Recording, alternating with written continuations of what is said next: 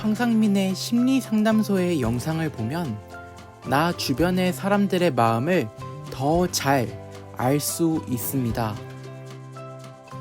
주변 사람들의 마음을 잘 알 수 있게 되면 내가 가진 삶의 문제를 돌파해 나갈 수 있는 통찰을 얻으실 수 있습니다.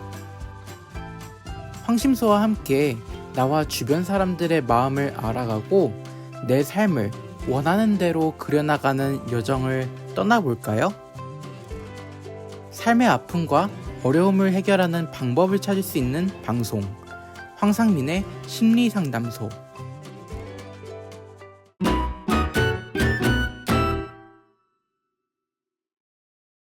비극의 탄생, 저자이신 오마이뉴스 손병관 기자를 모시고 비극의 탄생 이유는 어떻게 되었는가, 그 영화는 어떻게 되었는가, 시사 진행이 되고 있나요? 이제 곧 할 거죠. 네. 개봉관을 충분히 확보하지 못한 상태에 있음에도 불구하고 지금 시사는 일단 진행을 하려고 합니다.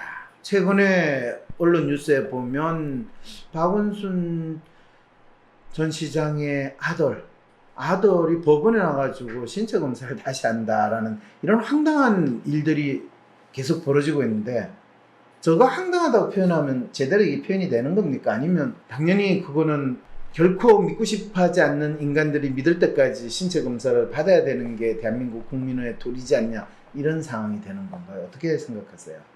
박 시장 아드님 그 재판 문제는 네.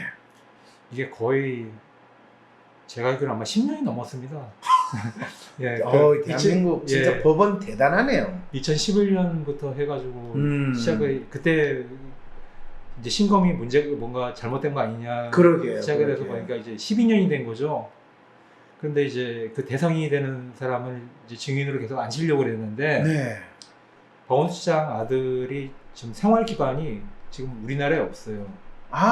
국내에 거주를 하지 않습니까? 않습니다. 예. 생활 기반이 저기 영국 런던으로 유학 간 다음에 현지에서 직장을 얻어가지고 어떻게 보면 이제 한국은 이제 어쩌다가 이제 자기 아버님 기일이라든가 이런 일이 있을 때만 오는군요. 그렇죠. 그렇게 했는데 근데 네. 마침 뭐 기일에 맞춰가지고 왔으니까 예, 그런 김에 이제 재판도 출석하자. 예, 그렇게 재판부에서 요청을 했고. 근데 굳이 나설 이유도 없잖아. 그거 기일에 왔지만은 내가 그 재판에 왜 가냐, 이게 코미디 같은 재판인데, 이렇게 반응할 수도 있는데 네. 왜 굳이 그 재판에 또 정인으로 가서 신체 검사까지 10년이 지난 일을 왜 그걸 하게 되는 거죠? 저도 사실 좀 이해가 안 가는데, 네. 지금 무슨 신검이 잘못했으니까 다시 해야 된다는 얘기를 하는데, 그러게요. 예, 벌써 한 20년 지난 걸. 그러게요. 그러니까 지난 신검을 받은 지도 벌써 한 12년이 지났는데 지금 검사를 해가지고 나올 수 있는 게 뭘까? 그러게요. 예, 뭐 그냥 그런 느낌이 드는데, 일단은 이런 어떤 논란의 종지부를 찍는다는 의미도 있고, 뭐 그런 의미에서 그냥 나온 김에 그냥 하게 되면 하자, 이런 식으로. 거의 타진녀하고 똑같은 지금 상황인데. 그렇죠. 왜냐면 그거를 계속 이제 뭐 인재를 제기하시는 분들은 뭐 세브란스 병원도 문제가 있고, 그럼요. 참관했던 무슨 기자도 있고 그랬거든요. 네, 다 문제가 있죠. 네, 그런 얘기를 하는 세상이 문제투성인데. 좀 그런 부분인데 좀 납득할 수는 없지만, 일단 이거는 좀 끝내야 되지 않냐, 이런 게 좀 맞아떨어진 것 같습니다. 그렇군요. 제가 지켜본 에피소드로는 박원순 시장이 이제 죽었잖아요. 네. 생전에도 그것 때문에 좀 시정 같은 게 지장이 많았습니다. 무슨 말이냐면은 시장이 어디 무슨 토론회 간다, 하면 꼭 행사 간다. 그렇죠. 그러면은 꼭 그 피고가 되신 분들이 와 계세요. 그리고 그거에 대해서 아들을 영국에서 불러가지고 재판에 세우지 않는 한은 그렇죠. 당신을 못 보내주겠다. 그렇죠. 그런 일들이 굉장히 많았거든요. 뭐 취재하시면서 그런 경우를 이미 알고 계셨으니까 그분들의 심리 뭐 이런 거에 대해서는 궁금하시지는 않으셨어요? 그분들이요? 네. 그래서 그런 경우들을 굉장히 많이 봤거든요. 많이 보셨어요? 네. 그런 경우 지금 사실 뭐 제 직장이 이제 광화문 광장에 있지만은 네. 요즘 느끼는 게 이제 교통체증이 전부 만성이 됐다. 그 특히나 이제 시위로 나오시는 분들이 네. 많은 분들이 이런 세계관을 가지고 있습니다. 이제 5년 대통령제 5년제 가지고는 너무 짧다. 왜냐면은 우리 사회에 이제 근본적으로 해결하려면은 항상 이거를 좀 방해하는 어떤 세력이 있는데 그 세력이 완전히 척결이 돼야지 사회가 좀 안정이 될 거라는 생각을 하는데 그분들이 보기에는 무슨 대통령이 내가 바라는 사람이 된다고 해서 그게 끝나는 게 아니라 시작인 거예요. 이 대통령이 최대한 이 5년을 압축적으로 잘 써가지고 5년 내에 청소를 뭔가 싹쓸이를 해야 된다. 그런 생각을 가지고 대표적으로 지금 나오시는 보수 쪽의 입장에서는 네. 그분들이 생각하는 이제 최종 빌런은 이제 주사파입니다. 주사파. 예, 이제 김일성, 김정일, 김정은을 추종하는 세력들이 대한민국 공사에 압력을 했고 이분들 사실 어떻게 책임을 물을 그러니까 것도 지금 없거든요. 한국은 예. 주사파와 친일파 이 두 세력의 싸움이다 이렇게 되는 거네요. 그러면. 그렇죠. 그렇게 돼 있어요. 예, 예. 그 맞아요. 지금 전에 이제 문정부 전에 계셨던 많은 분들의 생각의 기준은 이 정권을 뺏긴 거는 이제 친일파 세력들의 이것이 기반이 굉장히 단단하기 때문에 그렇죠. 우리가 놓쳤기 때문에 친일 기득권 세력이 결국에는 또다시 대한민국 사회 정권을 가져간 거고 주사파는 또 결국에는 지금은 권력을 잃었지만은 그래도 우리가 뿌리채 뽑지 않고서는 또 다음에 또 나올 수도 있다. 그래서 뭐 조국 집안을 끝까지 작사를 내야 되고 그 다음에 이재명은 감옥을 확실히 보내야 되는 거고 그 다음에 이낙연은 두 분 다시 나오지 못하도록 해야 되는 거고 그 다음에 또 주사파 가능성이 또 되는 세력은 뭐 없나요? 그걸 뭐 아니 그분들도 당사자들도 동명하지 않기 때문에 제가 호명할 수는 없고요. 그래요?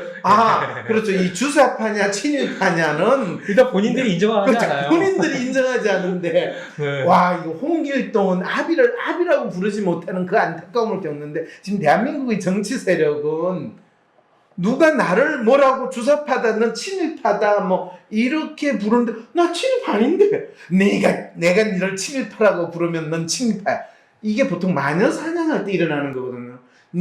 내가 보니까 마녀야. 그럼 너는 마녀 사냥이야. 네가 마녀가 아닌 거를 밝혀. 증명해. 어떻게 하면 제가 마녀가 아님을 밝혀. 마녀는 불에 태워 죽이는데 그 불 속에서 살아남으면 너가 마녀가 불 속에서 살아남으면 마녀인가요? 마녀가 아닌가요? 살아남으면 어느 쪽에도 마녀가 되죠. 그렇죠. 죽으면 죽은 거고 살아남으면 마녀라는 거를 증명한 거고 그게 지금 대한민국에서 일어나고 있다는 거네요. 제가 뭐 그냥 예시를 하나 하자면은 이제 지금 대통령 부친 그러니까 아들이 정치를 하기 전에는 꽤 평판이 괜찮은 분이었거든요. 그분 연대 교수 하셨다는 분이잖아요. 그렇게 했는데 이제 그분의 이제 전적을 이제 파는데 그 중에 하나 이제 걸리는 게 이분이 젊은 시절에 일본 문부성이 지원하는 장학금을 가지고 유학을 갔다. 그렇죠. 그러니까 그 당시에는 하여튼 외국에 유학을 가가지고 뭐 견문을 높이면 굉장히 좋은 기회라고 해서 그럼요. 일본이라서 꼭 내가 이걸 받아서 꼭 가야겠다 내가 친일파니까 가는 게 아니라 아니죠. 기회가 있으면 가는 거잖아요. 당연하죠. 그런데 윤 대통령 부친께서 문부성 장학금을 받았다는 걸 몰랐네요. 풀브랜드 장학금을 받아야 되는데 그러면 이제 진짜 또 약간 약하지만 이제 친일파가 되는 거죠. 그러니까 저는 그래서 저같이 국내에서 장학금을 받으면 이거는 친일파도 아니고 친미파도 아니는 이런 게 이 대한민국은 장학금을 받아가 공부하는 데서도 이미 출신 성분이 정해지는 나라라는 거 이걸 뒤늦게 알게 된 거죠. 뭐 정치라는 주변 사람 때문에 그 사람들이 다 피해를 보는 상황이 많거든요. 그렇죠. 근데 왜 사람들은 그렇게 정치를 하겠다고 또 나서는 것 같으세요? 정치부 기자를 하셨으니까 오래 하셨으니까 알고 싶다는 생각은 안 드셨어요? 저는 그 매슬로우의 욕구 단계설로 많은 거를 설명을 할 수 있다고 봅니다. 그렇죠. 재밌는 게 그럼 정치를 하러 나오시는 분들이 자기가 먹고 사는 문제가 해결이 되고 또 웬만큼 다른 사람으로부터 인정을 받고 난 다음에 나오는 거잖아요. 예. 보통 매슬로의 욕구 단계설에서 자아 실현을 한다 라고 이제 마지막으로 이야기하는데, 대한민국 정치의 가장 건국적인 정치 활동을 하러 나오시는 분들은 되게 자아 실현을 하신다라는 그 욕구를 충족하기 때문에 나온다고 믿으신다는 거잖아요. 그죠? 그렇습니다. 그럴 때 자아 실현이라는 건 대체 어떤 의미에서의 자아 실현인가요? 혹시 생각해 보신 적은 있으세요? 거기서 그 욕구에서 가장 큰 욕구가 네. 명예라고 그렇게 하지 않았나요? 아닌가요? 지금 아니. 매슬로의 욕구 실현의 마지막 단계가 자아 실현입니다. 자아 실현이요? 네. 근데 그 자아 실현을 명예라고 지금 해석하셨다라는 말이 되거든요. 네. 저는 그 욕구가 이제 인정 욕구라고 봐요. 인정 욕구. 네. 안전의 욕구가 충족이 된 다음에는 이제 인정의 욕구거든요. 그러니까 내가 이런 사람이야라는 걸 인정받고 싶어 하는. 그러니까 어떤 사람은 그러면 검찰총장까지 했는데도 자기가 인정을 충분히 못 받았다고 생각해서 대통령으로 나왔고, 어떤 사람은 뭐 청와대 비서실장까지 했는데 자기를 충분히 인정 못 받아서 대통령으로 나왔다. 지금 이 말씀이신가요? 그러니까 제가 얘기하는 거는 이제 대통령을 한 사람들이기 때문에 그런 게 있을 거라는 게 아니라, 네. 대부분 다 이제 정치를 시작하시는 분들이, 그러니까 아주 이제 커리어 초창기에 시작하시는 분들도 계시고, 어느 정도 자기가 다른 분야에서 입지를 쌓고 나서 정치를 하시는 분들이 있는데, 네. 특히나 이제 후자의 경우에 그런 거를 많이 본다는 거죠. 후자, 그러니까 예, 돈을 많이 번다든가. 다른 데서 어느 정도 인정을 받았는데 그걸로 만족하지 못한다. 예를 들면 가장 대표적인 게 우리 MB 대통령 같잖아요. 기업인으로서 돈도 많이 벌고 심지어는 서울시장까지도 됐는데 대통령으로 나와가지고 더 인정을 받겠다. 그것도 좋아요. 예. 근데 결국에 목적지는 감옥소에 가는 거잖아요. 예. 그런 분들이 과연 내가 나의 인정을 받기 위해서 정치인의 길을 갔을까? 저는 그런 생각은 안 들거든요. 아니 뭐 여러 가지 동기는 여러 가지가 있을 수 있다고 봐요. 네, 그랬을 때 저는 그러면 그 사람들은 왜 대통령이 되려고 했을까? 우리나라에서 특히 대통령이 되려는 사람, 우리나라에서 대통령이 되려고 하는 사람은 상당히 맹목적인 이유 외에는 없다라고 생각하는 게 저는 대한민국에서 대통령이 되는 가장 큰 이유라고 생각이 듭니다. 자기에 대한 자아 실현이나 인정의 욕구가 아니라 내가 대통령이 되어야 되겠다. 왜? 나는 대통령이 되어야 하니까. 가장 맹목적인 마음으로 대통령이 되는 원단의 사람들이 다 대통령이 된다. 그렇기 때문에 이 나라에서 대통령이 된 사람은 지명에 못 죽거나 말로가 비참해질 수밖에 없는 대통령이 된다. 심리학자로서 그 사람들의 마음을 이야기하고, 심지어는 대통령이 된 분조차 자기가 보낸 대통령 시절이 어쩌면 참 더덥거나 어리석은 짓이었다라고 생각을 하는, 그건 대통령이 된 사람이나 정치인으로서 대통령이 거의 될 법한 위치에 가신 분들이 다 마지막에 그렇게 이야기하고 돌아가시는 상황이 됐을 때 그걸 과연 인정의 욕구 때문이라고 할 수 있겠냐? 근데 맹목적으로 했다기보다 뭔가 사람이 자기가 태어났으면 뭔가 위로 올라가고 싶다거나 권력을 잡아보고 싶다거나 그런 욕망을 가질 수 있잖아요. 근데 그게 왜 맹목적이라고 이야기해 주시는 거예요? 인간은 누구나 인정의 욕구도 있고 자아실현의 욕구가 있어요. 그런데 내가 왜 인정을 받고 싶어 하는가? 내가 왜 나 자아를 하려고 하는가에 대한 왜에 대한 그 질문에 대한 답을 자기가 가지고 있을 때, 그럴 때는 맹목적이지 않고 자신의 꿈과 비전을 향해서 나아간다라고 우리는 이야기를 할 수 있어요. 그런데 자신의 꿈과 비전이 뭔데? 그러면 제가 대통령이 되는 거예요. 왜? 제가 대통령이 되어야 하니까요. 왜? 대통령이 되어야 하니까요. 그럴 때 맹목적이다라고 이야기하는 거예요. 그리고 모든 인간의 맹목적인 행동의 근본적인 이유는 어리석은 욕심의 탓이라고 부처님이 말씀하셨거나 또는 헛된 욕망의 탓이라고 예수님이 말씀하셨거나 다 그 모든 맹목적인 행동은 무지한 인간의 전형적인 행동이 된다. 이렇게 되어버리는 거죠. 그러면 제가 저 정치인은 혹은 저 대통령은 자기 어떤 권력에 욕심이 있어서 나름의 욕망이 있어서 저 자리까지 올라간 거야 라고 보는 건 제 시각인 거예요. 그렇죠. 그 사람이 그 정치인으로서 또는 리더로서 왜 등장하는가, 그 사람이 어떤 역할을 하고 있는가에 대해서 모르기 때문에 그냥 그 사람의 행위를 맹목적으로 보고 있는 어리석은 마음이 그대로 표현된 거죠. 내가 잘못했나요? 아니요, 잘못한 거 없어요. 그러면 그 정치 지도자가 잘못했나요? 뭐 그 정치 지도자가 잘한 거는 아니죠. 자기가 정치 지도자로서 나왔을 때 저 사람이 왜 나온가에 대해서 모든 사람들이 정치 지도자라는 것은 그 사람을 통해서 내가 이루지 못하는 욕망을 내 대신 실현해 줄 거라고 생각하니까 저 사람을 지지하고 저 사람을 따르는 거지. 나는 아무 욕심이 없고요. 그냥 좋아서 저 사람을 지지해요. 그 인간은 거짓말하고 있는 거거든요. 예, 맞습니다.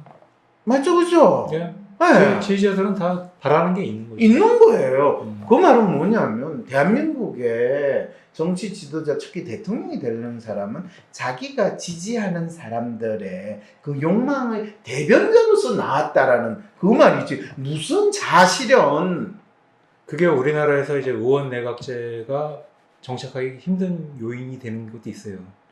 왜냐면 사람들한테 가지고 있는 굉장히 원초적인 요구가 내가 지지하는 사람이 대통령이 돼가지고 나의 이상을 실현하는 것을 보고 싶다는 게 있는 거거든요.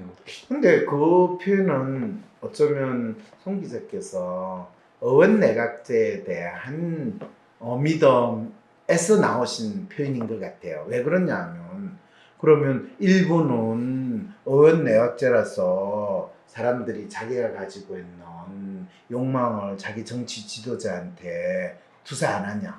아니거든요. 그러면 미국은 대통령제라서 국민들이 자신이 가지고 있는 욕망을 대통령이나 대통령 후보한테 투사 안 하냐? 아니거든요. 그거는 어떤 정치 대전냐와 관계없이 기본적으로 현대 사회에서 21세기에 내 마음이 뭔지 모르고 내가 무엇을 위해서 사는지 모르고 소위 말해서 자기 욕망의 정체에 대해서 잘 모르는 대중의 입장에서는 나는 내가 보기에 지질하고 별별 없지만 내가 내 욕망을 투사할 수 있는 저 인간은 번듯하고 멋있고 괜찮아 보이니까 나는 이 사람을 지지한다. 나는 적어도 대한민국에서 윤석열을 지지한다. 문재인을 지지한다. 트럼프를 지지한다. 오바마를 지지한다라고 이야기하는 사람들은 일단 내 욕망을 정확히 그거 하려니까 좀 그 시기하고 복잡하고 어려우니까 그래 그냥 간단하게 돈이면 장땡이야 라고 믿는 마음을 그냥 확실한 걸 정하는 거죠. 하여튼 뭐 제가 드린 말씀은 네. 의원 내각제에 대해서 이제 거부감을 가시는 분들이 많이 있는데 네. 그분들이 보통 얘기하시는 것들이 그 부분을 얘기를 하세요. 뭐라고? 의원 내각제가 되면 이제 당을 지지를 하는데 당수는 내가 정할 수가 없지 않느냐. 그럴게요. 내가 참 강남에 살고 싶은데 강남에 살면 우리 자식들 내가 과외를 엄청 많이 시켜야 되지 않냐? 나는 절대로 아이들 과외 시키는 건 싫기 때문에 강남에 살기 싫어. 뭐 이런 이야기하고 똑같은 말처럼 들리네요. 예, 뭐 그렇게 그러니까 인간이 얼마나 웃겨요, 진짜 자기 욕망에 대해서 이렇게 교묘하게 또 포장해가지고 이야기하는데 이 서울시청을 많이 왔다 갔다 하신다는데 예. 저는 오세훈 시장을 항상 볼 때마다 이 오세훈 시장 이야기를 제가 왜 묻느냐 하면 오세훈 선생이 서울시장이고 또 앞으로 이 대통령 후보로 나갈 수 있는 뭐 상당히 유력한 인물이지 않습니까? 네. 근데 저는 오세훈 시장이 대통령 후보로 나오는 거 좋은 일이고 또 후보로 나오는 게 지금 국민의힘 거기에서 상당히 괜찮은데 한 가지 의구심은 저분은 뭐 하려고 저렇게 대통령이 되려고 하는가 라는 의구심은 항상 든다는 거예요. 그 서울시장님을 지지하시는 분들도 있으실 거 아니에요, 그죠? 네.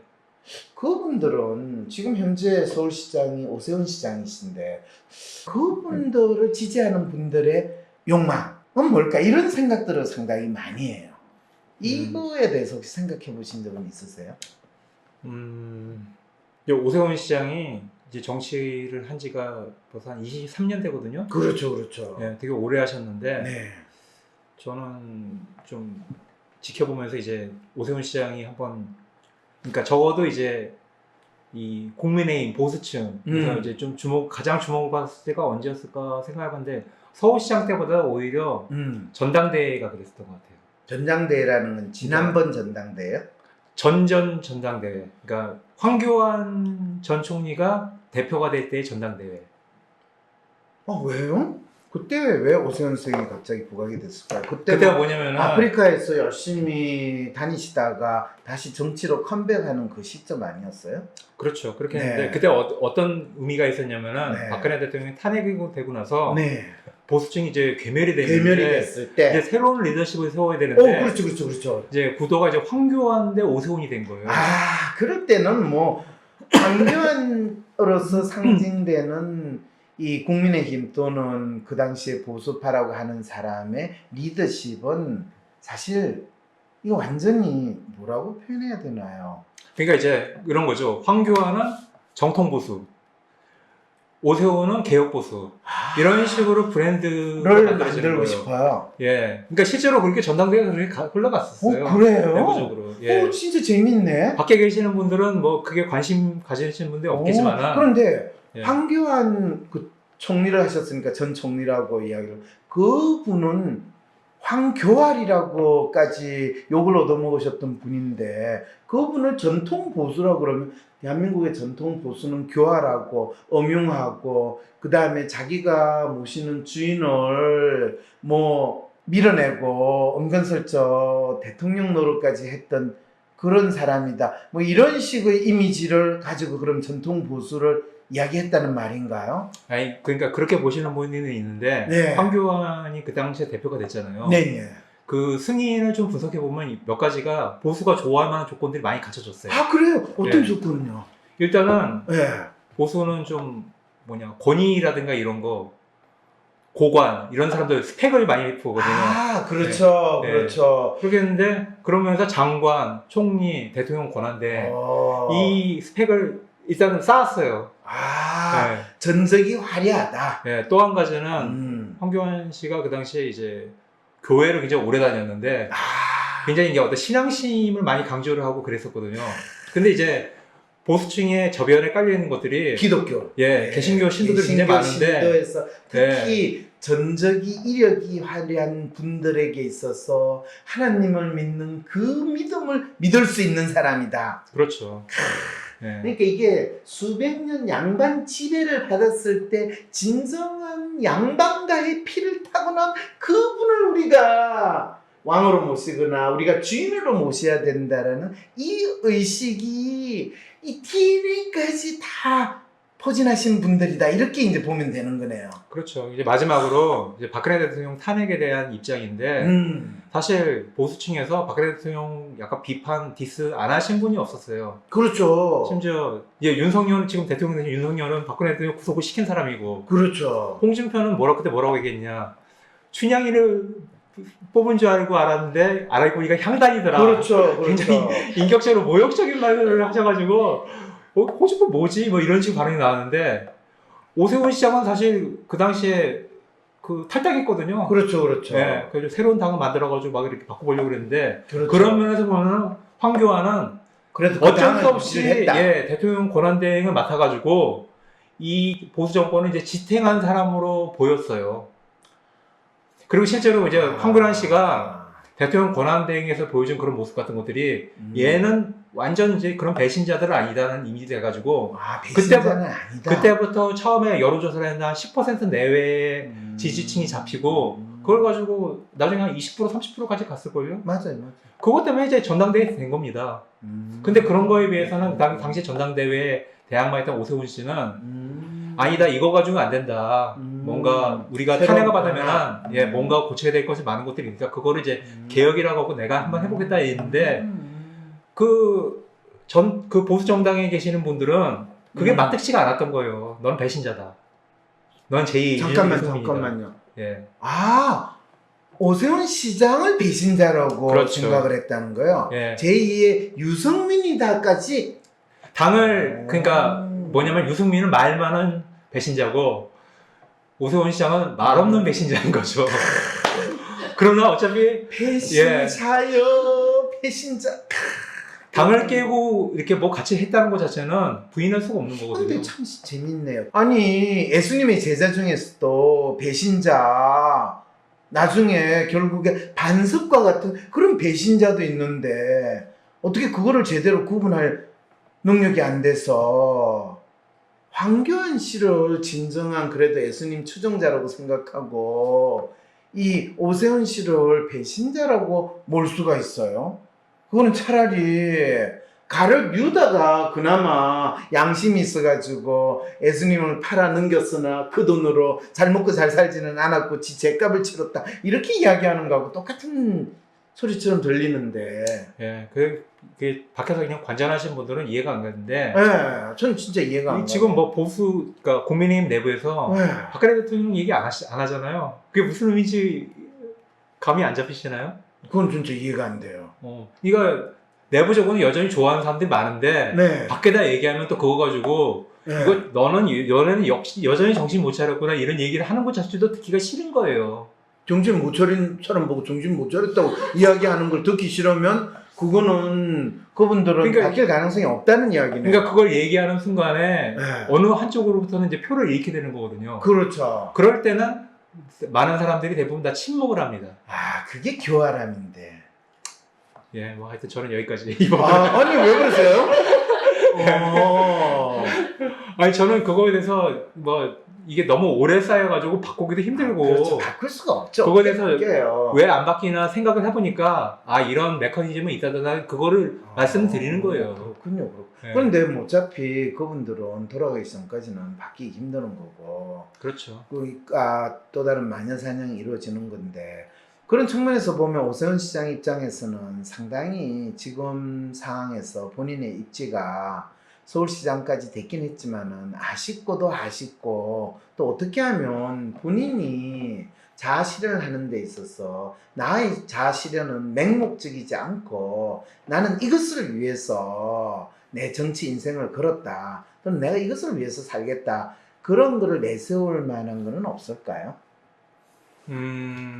오세훈 시장도 사실 기득권층인데 네. 이제 그런 분들이 사실 기득권층이라는 낙인 같은 것들이 정치하는데 굉장히 힘들거든요. 왜냐면은 그런 걸 누리고 사는 사람보다 누리지 못하는 사람이 워낙 많기 때문에 그분들의 동정이라든가 지지를 받지 않으면 정치를 하기 힘들어요. 그렇기 때문에 이제 많은 보수층의 분들 같은 경우도 보통 이런 레퍼토리가 이러죠. 어렸을 때는 정말 가난했다. 그러니까 인생에서 누구나 다 위기가 있거든요. 그 시기를 굉장히 강조를 하십니다. 그렇죠, 그렇죠. 예, 그러니까 오세훈 시장도 사실 뿌리를 보면은 무슨 광진구에 그냥 가난한 데서 이렇게 시작해가지고 그렇죠. 입지전적인 그런 서사를 아니 강조를 그 해요. 연배에 예. 잘 살았다고 주장할 거는 예. 우리 이씨 집안, 정씨 집안 외에는 누가 먹고 잘만 했다. 나 먹을 때 쌀밥 그래도 먹었다고 할 만한 사람이 손 기자는 젊으니까 모르겠지만 적어도 나이 60대 넘은 사람들한테는 자기가 어린 시절에 새끼 밥 챙겨 먹었다 이야기하기 쉽지 않아요. 다 보릿고개 겪고. 예, 저는 보릿고개는 모르는 세대입니다. 그러니까 이게 지금 보릿고개 모르는 40, 50대 젊은 세대를 두고 어렵게 살았다. 이거 진짜 참 이거야말로 자기가 지금 정치인으로서 활동하는데 지가 과연 어떤 사람들에게 어떤 메시지를 전달하고 어떤 시대적 사명이나 어떤 역할을 해야 되는가를 대해서 생각해 보지 않았거나 모른다라는 걸 원단으로 지금 노출시키고 있는 거잖아요. 근데 슬픈 게요, 그게 많이 먹혀요. 그게 먹힌다. 이를테면 이제 이명박 대통령 같은 경우도 많은 사람들이 그분의 어떤 그러니까 현대에 입사하고 나가지고 고속 승진을 해가지고 CEO를 굉장히 오래 하고 그랬거든요. 이미 그 순간에 이제 기득권층이 되고 뭐 강남에 건물도 몇 개가 있고 그러면서 이거는 이제 빼박 기득권층이라고 이미지 가지고 있는데 그분은 항상 우리가 어렸을 때 뭐 일본에서 어렵게 살았고 뭐 그런 얘기도 하셨어요. 젊었을 때 무슨 이화여대 앞에서 무슨 밀짚 모자 쓰고 아이스키키를 팔았다. 네. 대한민국 대표 심리상담가 황상민. 누구나 쉽게 자신의 마음 정신 건강을 확인할 수 있도록 직접 대면하지 않아도 언제 어디서든 인생 상담을 받을 수 있게 온라인 상담을 진행하고 단순히 들어주는 상담에서 그치는 것이 아니라 고민의 근본적인 원인을 파악하여 내담자가 원하는 삶을 향해 나아갈 수 있도록 내면의 힘을 키울 수 있는 해결책을 제시합니다. 마음 정신 건강 주치의 황상민 박사님께 온 오프라인 심리 상담을 받아보세요.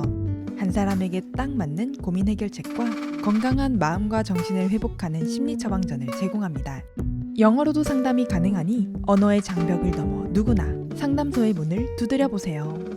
상담 신청 문의는 WPI 심리상담 코칭센터. 이 오세훈 시장 이야기를 제가 왜 묻느냐 하면 오세훈 선생이 서울시장이고 또 앞으로 이 대통령 후보로 나갈 수 있는 뭐 상당히 유력한 인물이지 않습니까? 네. 근데 저는 오세훈 시장이 대통령 후보로 나오는 거 좋은 일이고 또 후보로 나오는 게 지금 국민의힘 거기에서 상당히 괜찮은데 왜 저분은 정치인이라면 또 대중의 욕망을 반영을 할 때 아무리 자기를 지지하는 집단이 노선이 뭐다라고 하더라도 스스로 많은 사람들이 옳다라고 믿는 걸 향해 나아가는 것이 진정한 정치인으로 살아남는 길이거든요. 그런데 아이들 급식을 제대로 해주자, 그거를 이 정부가 맡아서 해야 되는 거 아니냐라고 하는 것이, 그게 뭐 그러면 이건희 손자도 먹여야 되냐? 그거는 대한민국 국민으로서 태어났으면 이건희 손자가 됐던 아니면 청계천 거지의 손자가 됐던 누구나 제대로 교육을 받는 공교육의 기본 가치를 실현하는 건데, 부모 그럼 출신 성분에 따라서 대우를 하는 게 달라져야 된다, 그런 논리로 그 급식을 이야기하는 건 말이 안 되거든. 그거는 기본적으로 어떤 정당에 그거와 관계없이 네. 마치 이슈로 산다는 거는 사안의 중대를 판단을 못하는 거고, 또 정치인이라면 자기의 지지자들이 뭐라고 주장하는 관계없이 적어도 개인적으로 내가 옳고 그름에 대한 자기 소신을 밝히는 게 진정한 지도자의 모습이라고 마음이라고 난 생각을 했는데, 그거를 본인이 마치 중요한 이슈로 부각을 시켜가지고 이 서울 시민한테 투표를 묻는다. 아니, 저 인간은 대체 자기 마음에 대한 저런 신념조차 없다면 그거는 공직인 역할을 수행할 이유가 없는 사람인데 왜 나왔지, 이 생각이 들었거든요. 네. 근데 그 이후로 십몇 년이 지난 다음에 지금 서울시장을 하고 있잖아요. 네. 서울시장 출입기자를 봤을 때 그분은 서울시장 왜 하시는 것 같으세요? 일단은 냉정하게 얘기하면은 네. 복귀를 해야 되는데 뭐를 복귀를 해요? 정치에. 정치에? 네. 그러니까 네. 복귀라는 게 이제 공직을 맡아야 된다는 거죠. 뭐든지 네, 공직 선출직. 내가 걸리기만 하면 한다는 그 심정으로 지금 서울시장 우연히 걸려가지고 지금 하시고 있다, 이 이야기네요.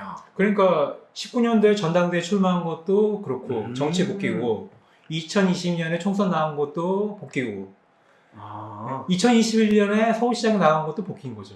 그거는 그러면 안철수 씨가 정치하는 이유하고 똑같네요. 그렇죠. 왜냐면 이제 공적인 권위를 스스로에게 부여하는 게 그런 선출직에서 당선되는 거니까요. 밖에 없으니까. 그렇죠.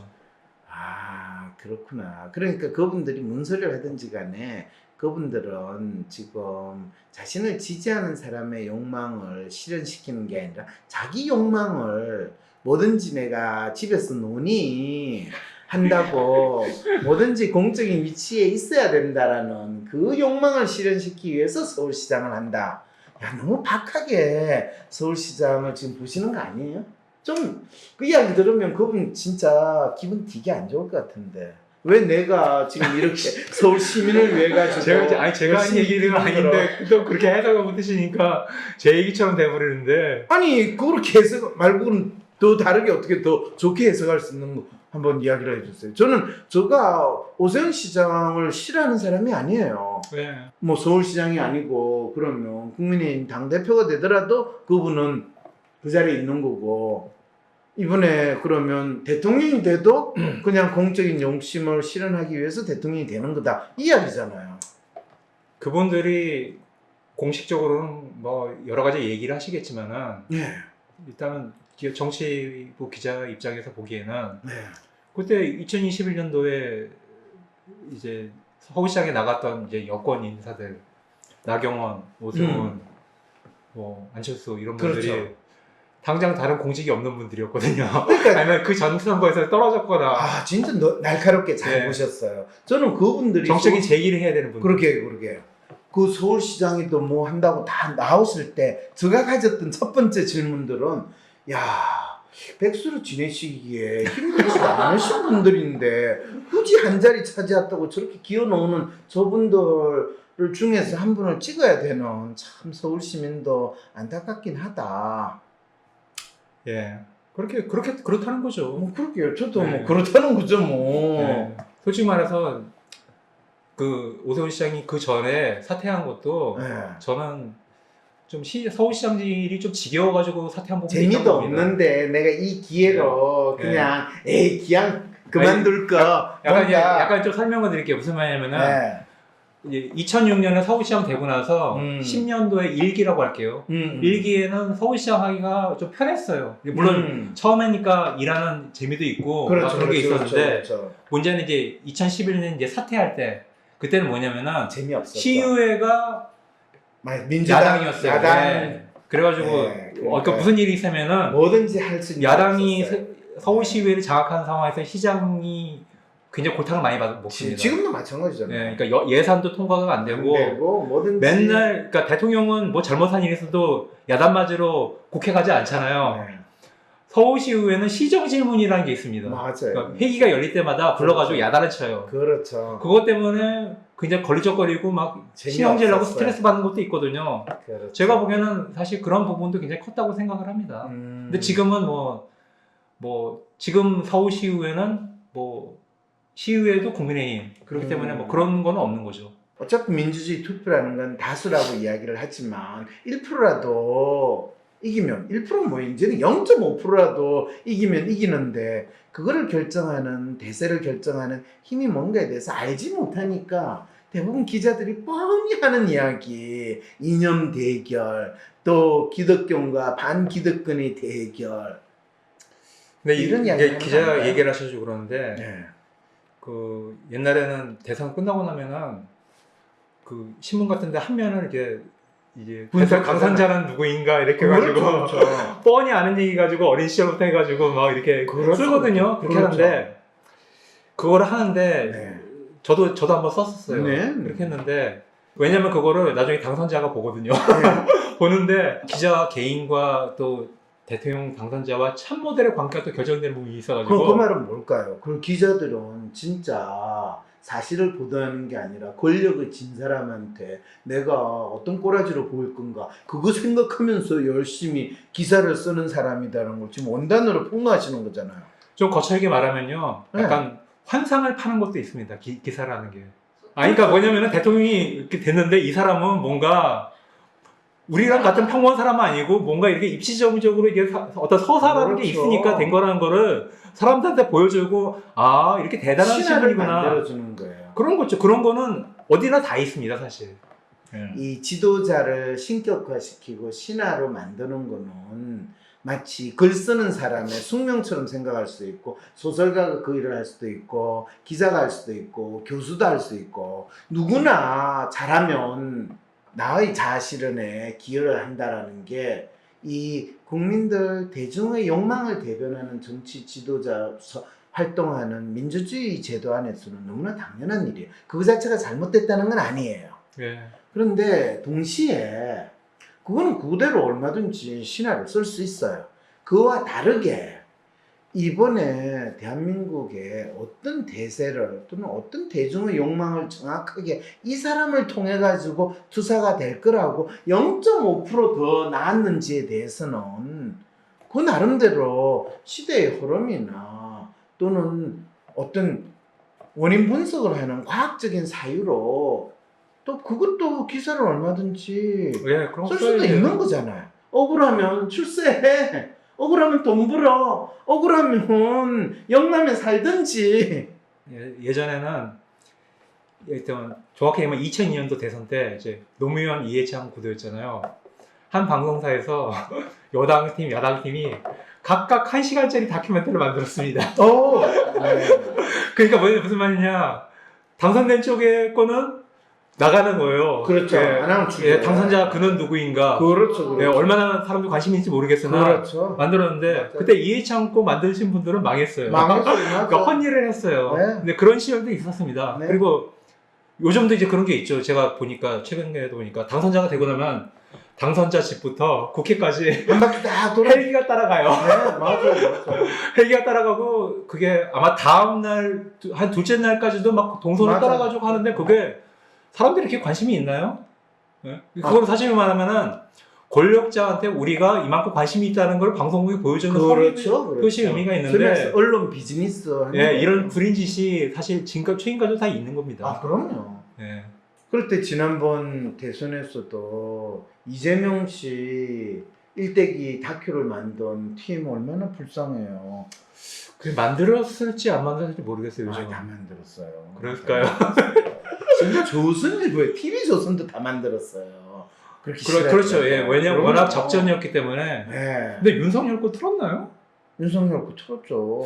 그랬구나. 네. 제가 뭐 1시간짜리는 아니지만은 틀었죠. 예. 옛날에 하여튼 1시간짜리였습니다. 네. 근데 그리고 옛날에 그 전에 독재 정권 시대는 그때는 이제 편했죠. 전두환 거, 너무나 박정희 거 명확하니까. 하나만 하면 되니까. 이제 전두환 거는 제가 본 기억이 나요. 우리나라가 이제 기자들 이제 출입처 문화가 있는데 네.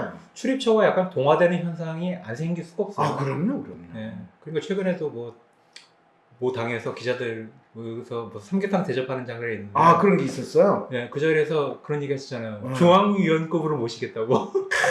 근데 그런 얘기 솔직히 기자들 별로 안 좋아하거든요. 그러게요. 예. 그런데도 그걸 하고 아니, 근데 그 예. 이야기를 한 당대표가 얼마나 가벼운 인간인가. 당대표는 안 하셨고 안 했고. 예, 사무총장님께서 그런 얘기 네. 하셔가지고 네. 좀 약간 그 사무총장이 얼마나 기회주의자의 가벼운 인간인가를 원단으로 보여주는 거죠. 어쨌든 간에 지금 서울 시민의 한 사람으로서 지금 오 시장 뭐 하시나라는 생각이 드는 이유는 뭔가요, 그러면? 그거는 박사님이 여러 가지 일을 하시느라고 잘 집중을 못하시면 모르시는 부분도 있을 건데. 아, 그래요? 본인 생각할 때 지금 오 시장 다음을 서울 시민들한테 가장 잘 보여주는 대표적인 뭐 프로젝트나 메시지 있으면 저한테 한번 알려주세요. 일단은 오세훈 시장이 이 뭔가 서울 시내 경관을 바꾸는 프로젝트를 여기저기 벌리고 있어요. 굉장히. 경관 프로젝트. 예, 이때만 그레이트 무슨 한강 프로젝트로 해가지고 한강에다가 무슨 그렇죠. 대관람차 맞아. 예. 한강변 수변 그 한강 공원을 르네상스. 개별한다. 한강 르네상스 네. 그것도 하고 맞아. 그리고 뭐 강남에- 신풍계획이라고 해가지고 무슨 재건축 재개발 맞아요. 엄청 빨리 해주고 네. 그리고 압구정이나 저 여의도를 뭐 그런 걸 맞아 하고 그 기사들이 나왔네요. 제가 예. 압구정이나 그런데 아파트라도 한 채 있었으면 좀 더 적극적으로 봤을 텐데. 그 오 시장은 기본적으로 보여주는 게 실적이라고 생각하는 분이에요. 아, 그러니까 그러시군요. 굉장히 대조적인 게 그 전에 이제 박원순 시장은 나는 그런 랜드마크를 만들지 않는 게 나의 실적일 수 있다고 얘기하셨던 분이에요. 완전히 다른 거죠. 그러네요. 네. 그러면 옛날에 오시장 때 한강에 둥둥 세비섬 만들어가지고 그 다음에 항상 오르가 뒤문란이 많이 되면 그게 둥둥 떠다니는 그런 일이 벌어진 적도 있잖아요. 네. 근데 그와 비슷한 거를 이제 한강변에 고층 빌딩을 해가지고 어떤 물난리가 일어나더라도 포세이돈이 오더라도 꼭대기층은 살아남을 수 있겠다 이런 것들을 지금 하시는 건가요? 그게 그런 것도 하고 네. 약간 이제 이전하고 다른 게 네. 지금 이제 홍수 얘기하셨죠. 오세이돈 얘기도 하고 그렇죠, 그랬잖아요. 그렇죠. 그런데 네. 지금 막 그런 거에서 아주 좀 근본적인 처방이라고 해서 이 대심로, 대수로. 그렇죠. 대심도 터널. 그럼 5년 후에나 완공이 된다며 강남역 근처에 있는. 그러니까 대부분 다 옷시장 다음 서울시장 나가기 전에 마무리되게 아주 임기 초부터 해가지고 한 4년 5년 프로젝트를 지금 해가지고 거기에 맞춰서 완공이 되게 해놨거든요. 오. 그래가지고 이제 그걸 가지고 다음에 서울시장 이제 3선을 할지 안 할지를 본인이 결정하겠다고 하는 거죠. 그러니까 서울시에서 하는 모든 프로젝트들은 다 그 다음 지방선거 전에 마무리되게 돼 있습니다. 그럼 지금 오 시장은 다음 지방선거에 나갈 수 있는 패와 그 다음에 다음 대통령 선거에 나갈 수 있는 패 두 가지를 지금 열심히 가지고 서울시정을 하고 있다. 지금 이 말씀을 하신 거네요. 네. 야, 이거 진짜 놀라운 거네요. 그러니까 결국에는 오 시장의 자아실현이라는 것은 서울시장을 또 한 번 더 할 것인가, 아니면 대통령을 노려볼 것인가, 이거가 오 시장의 자아실현의 구체적인 내용이다. 오늘 방송에서 이렇게 정리가 되는 거네요. 오세훈 시장이 아마 제일 힘들었던 시기가 저 때였을 거예요. 2020년에 광진을구에서 이제 고민정을 졌을 때. 네, 그때 본인은 딴 데 다 떨어져더라도 내가 여기는 이긴다. 그렇죠, 그렇죠. 이런 게 있었고 실제로 결과도 서울에서 결과가 두 군데 제일 늦게 나왔거든요. 그런데 예. 그때 참 오 시장이 거기 나오는 게 얼마나 사람들한테 웃기게 보였을까에 대해서 오 시장은 모른다라는 생각이 들고, 저는 고민정 씨가 당연히 이긴다고 믿었거든요. 네. 그런데 당연히 되는 걸 보고 오 시장이 왜 저런 생각을 했지? 그때만 해도 본인에 대한 성찰이 안 됐다라는 거네요. 근데 그러고 나가지고 몇 번 이제 서울시장 되기 전에 유튜브나 그런 데 가리지 않고 매체에 인터뷰를 하면 항상 그 얘기가 나옵니다. 아, 그래요? 거기서도 졌는데 내가 내가 뭘 서울시장 나갈 수 있겠냐 그랬는데, 내가 그 일 때문에 내가 지금 요 모양 요 꼴이 됐다. 본인 디스를 하더라고요. 이걸 보고도 오 시장이 변했다. 그전에는 굉장히 그거를 굉장히 포장을 하거든요. 맞아요. 내가 원래 될 수 있었는데 뭐 이게 뭐가 안 돼가지고 이런 식으로 얘기했는데, 내가 진짜 이런 사람한테 졌다. 이 정도면 오 시장 황심소에 불러서 한번 인터뷰 해볼 만한 가치가 있겠네요. 인간성이 확 느껴지죠. 그러게요. 인간미가 느껴지네요. 그러니까 그것도 오 시장한테는 광진구에서 이 본인이 정치 신인한테 완전히 개쪽을 팔리더라도 네. 그게 결코 그분한테 실패가 아니라 성공을 향할 수 있는 새로운 도약이 됐다. 예. 그리고 본인은 그거를 뼈저리게 느끼고 알게 됐다. 본인의 아픔으로부터 배움을 얻은 인간이다라는 거를 지금 원단으로 알려주시는 거잖아요. 그러니까 그때 총선에서 낙선하고 나서 서울시장 보궐선거까지가 딱 1년이에요. 그러니까 그동안에 그 총선에서 데미지가 개인에게 굉장히 컸기 때문에 이걸 회복할 길을 빨리 찾으려고 했는데 딱 나온 게 이제 서울시장 보궐선거였다는 거죠. 그렇군요. 그때 어디에요? 뭐 김어준 씨가 뭐 오세훈 씨 뭐 어쨌다 저쨌다 하면서 예. 방송할 때 이게 오세훈을 죽이는 게 아니라 오세훈을 살리는 길이 될 수도 있는 희한한 일이 되는데, 예. 무슨 탕인가 추어탕인가 뭐 무슨 보그탕인가 뭐 이 보그 독을 누가 먹나? 이 생각이 제가 언뜻 들었는데, 그런 놀라운 일이 벌어졌군요. 오세훈이 땅 보러 다녔다고 이야기하고 무슨 페라가문가 뭔가 신발 신고 나왔다라는 거. 예. 제가 제대로 봤는지는 모르겠는데, 네. 오 시장이 그 한 10년 동안의 정치 낭인 시대. 그렇죠. 그러니까 공직이 없이 그냥 떠도는 시대. 그때 얼마나 절치부심했겠어요. 내가 두 번 다시 이런 백수와 같은 시간을 보내지 않느리라. 예. 근데 이제 제가 보기에, 관찰하기에, 그 전에 오세훈 시장하고 지금의 오 시장이 굉장히 달라진 부분이 있습니다. 오, 무슨 말이냐면은 그 전에는 저도 이제 많이 겪어보지 않았는데 아까 오 시장이 정치인이라면 좀 연예인 같은 삘이 났어요. 그렇죠, 그렇죠. 이 네. 오 변호사 그 방송 프로를 가지고 네. 이분이 떴기 때문에. 예, 그래가지고 뭐 약간 기자들이 막 우르르 몰려오는 거를 좀 즐기는 면도 있고 맞아요. 그리고 뭐 이게 오 시장이 그 전까지는 뭐든지 자기가 손댄 거 다 됐거든요. 예, 그러니까 서울시장도 쉽지가 않았는데 내가 너무 쉽게 됐죠, 사실. 예, 그 전에 자기가 국회의원 아니 뭐 해도 그렇죠. 그만 안 해도 그만인데 이런 그래서 국회 안 하겠다 했는데 그렇죠. 그때 그걸 가지고 이제 서울시장이 되고 그랬거든요. 오세훈 법까지 만들어가지고. 예. 예. 그리고 이제 그 두 번째 서울시장 될 때도 한 1%도 안 된 접전해가지고 결국 기사회생되고 그래서 그럼요. 본인이 굉장히 운이 타고났다. 나는 대통령이 될 것이다. 그런 식으로 이제 오버를 했다가 서울시장 사퇴를 하고 나서 10년 동안 이렇게 하고 나니까 본인이 교만하지 말아야 된다. 예, 제가 이제 오 시장이 주변 사람들한테 해준 얘기들이 음. 내가 좀 정신을 차렸다. 이게 인생이라는 게 꼭 나의 어떤 의지대로 되는 게 아니고 약간 덤으로 얻어 걸리는 게 있는데 내가 그 전에 너무 오만했다는 얘기를 굉장히 많이 하신대요. 그렇기 때문에 이제 그 전에는 사실 못 먹어도 대통령이죠. 그랬다면은 이번에는 못 먹으면 굶어 죽거나 체한다. 이거를 아셨다는 거네요. 이제 지금은 이제 본인이 이런 것도 있어요. 뭐냐면은 내가 서울시장 하면서 뭔가 서울시를 무슨 뭐죠 그게? 디자인 서울? 디자인 서울 그렇죠. 예, 그런 것도 하고 그래서 뭔가 외관을 완전- 바꾸겠다는 프로젝트 했는데 네. 내가 그만두고 나서 박원시장 되고 나서 다 그게 돌아갔죠. 예 그거에 너무 대해서 된 거. 이제 좀 회한 같은 것들이 있는 그렇죠, 거예요. 그렇죠. 그러니까 내가 대통령이 돼가지고 뭘 더 이렇게 하는 것이 하나의 길이 있다면은 내가 그렇게 막 오만 떨다가 그걸 못했는데 이거를 좀 마무리하는 것만으로도 내가 남을 수 있는 게 있지 않겠는가. 그런 면에서 보면은 서울시장 3선의 길이 지금 열려 있는 거죠. 네. 야, 갑자기 오 시장에 대해서 인간적인 매력이 확 생기네요. 그러니까 그게 그 10년 동안의 낭인 시절에서의 어떤 교훈과 놓고 보면은 모든 정치인들은 사실 그냥 못 먹어도 네. 보거든요. 그러네요. 네, 근데 그러네. 본인이 그런 큰 좌절을 겪고 나니까 내가 너무 세상을 호락호락 보면 안 된다. 어떤 현실관계가 어느 정도 생긴 거라는 이게 거죠. 영웅의 기환.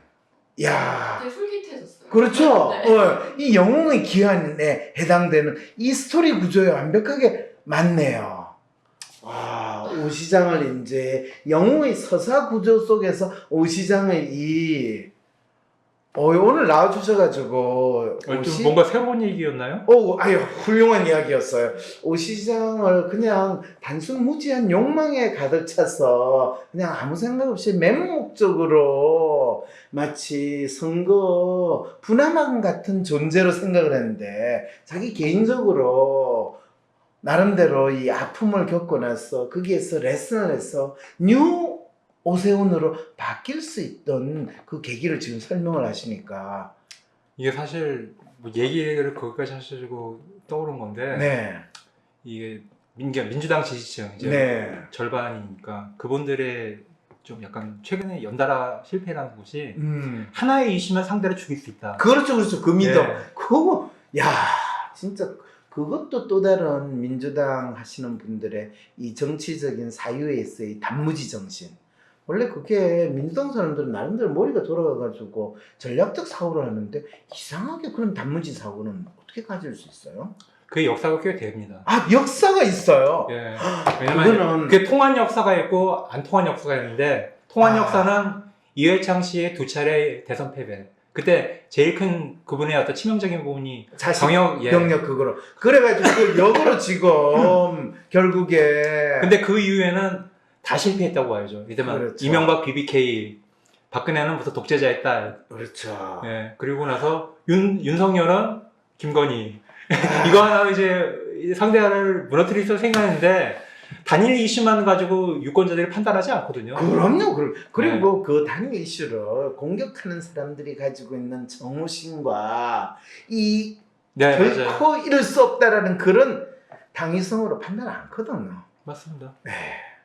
그 이야기를 들으니까 오늘 진짜 처음에 박 시장 아들 그 병력 비리를 가지고 이 끝장을 보겠다고 하시는 그게 원래 민주당 쪽 분들의 맹목적인 사유인데 지금은 역설적으로 이 국민의힘 쪽에 계시는 분들이 그 맹목적 사유에 지금 경도돼 가지고 열심히 그걸 지금 하고 있다는 거는 국민의힘 분들이 이제 마지막까지 끝장을 보는 상태로까지 갔다는 말인가요? 아니면 그게 나름대로 효과가 있었던 거를 계속 우려먹겠다라는 상황인가요? 어느 쪽에 더 가까운 것 같으세요? 어쨌든 우리나라에서 이제 네거티브 캠페인이라는 게 처음으로 이제 본격화된 게 이제 97년, 2002년에 특히나 97년 대선 그랬었고 이해창 씨가 굉장히 그 당시에 이미지가 대쪽 총리 그래서 좋은 년인데 그 와를 무너졌잖아요. 그렇죠. 네, 그 우리나라가 좀 약간 국민성이 정치인의 위선적인 이미지 같은 거를 별로 안 좋아하는 것 같아요. 예. 그렇군요. 예, 그렇게 했는데 그게 한번 이렇게 되고 나니까 그거를 이제 우리 쪽에서 한번 활용을 해보는 게 좋지 않겠는가 이런 생각이 많이 있다고 봐야겠죠. 그럼 지금 송 기자께서 지금 뭘 이야기하냐면 대한민국의 정치의 에센스, 성패를 결정하는 것은 이미지 정치다. 그리고 대한민국에서 이 이미지 정치를 얼마나 잘 활용하느냐에 따라서 와르르 무너지기도 하고 또 기사회생하는 일이 벌어지고 있다. 그렇다면 이 송 기자하고 내하고 손황이 대한민국의 이미지 정치의 본질을 성패를 밝히는 이 본격 시사 심리 방송을 한번 하면 손의 정치 시사 이미지 심리 분석. 지금 장면까지 다 하시는 건가요? 그럼요. 우리는 뭔가 하려면 딱 이래서 오늘 처음 나오셔가지고 전혀 이런 이야기를 하게 될 거라고는 생각 안 하셨죠, 그죠? 훅 들어오십니다. 저 원래 이 황심서의 기본적인 특성이 훅 들어가는 거예요. 뭐 그거 우리 한번 생각을 하고 혹시 또 조직에 계신 분이니까 그거를 혼자서 결정 못하니까 조직에 황손의 정치 이미지 심리 분석 대한민국 국민들은 왜 정치인의 이미지에 이렇게 농락당하고 영향을 받는가? 그리고 이미지로 흥했던 인간은 왜 이미지로 망하는가? 그리고 흥하고 싶은 분은 어떤 이미지를 어떻게 만들어야 되는가? 말 되잖아. 네, 여러분 이걸 보시면 좀 황심서 후원을 팍팍 해주시면 이 송 기자분 앞으로 방송 넣으면 황심서도 출연료를 주고 우리 방송하는 그런 방송으로 거듭날 수 있도록 꼭 도와주세요. 황손의 정치 이미지 심리 분석 우리 여러분 꼭 기대해 주세요. 오늘 수고 많으셨습니다. 네, 고맙습니다. 상담센터를 개설해 전문 심리치유사로 일하고 있는 저는 WPI 초급 워크숍에서부터 심리치유사의 길을 시작했어요. 마음 역방이 시작된 것은 WPI 초급 워크숍에서부터 마음 읽기를 배우고 제 마음을 읽으면서부터였어요. 우와, 그럼 저도 전문 심리치유사가 돼서 심리상담과 심리치유, 코칭 활동을 할 수 있나요? 그럼요. 저도 제 마음을 읽고 저를 다양하게 표현하는 작가가 될 수 있나요? 그럼요. 저는 그냥 제 자신과 다른 사람들의 마음이 뭔지 알고 싶은데. 그럼요. 할 수 있어요. 바로 WPI 초급 워크숍에서. 나와 주변 사람들의 성격과 마음을 읽고 다양한 삶의 어려움을 해소하는 비법을 알고 싶으시다면 지금 바로 WPI 초급 워크숍에서 마음 읽기 첫걸음을 시작해보세요. 우와, WPI 창시자이자 대한민국 대표 심리치료사 황상민 박사님께서 가르쳐 주신다고요?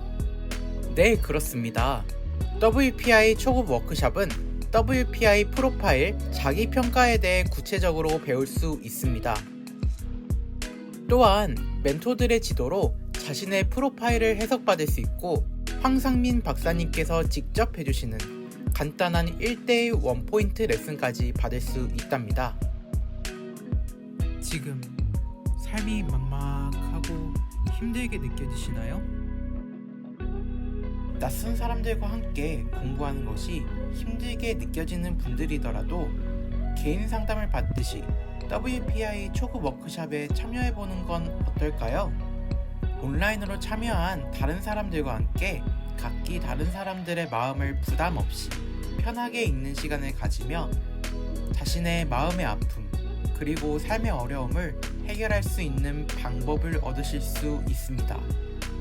초급 워크샵 수료 이후 심리상담, 심리치유 전문가가 되는 임상수련을 받고 싶으신 분들은 WPI 전문가 과정에 지원해 자신의 꿈을 실현해 나갈 수 있습니다. 마음을 읽고 내 삶을 새롭게 만들어 나가는 첫걸음 WPI 초급 워크샵 지금 바로 신청하세요.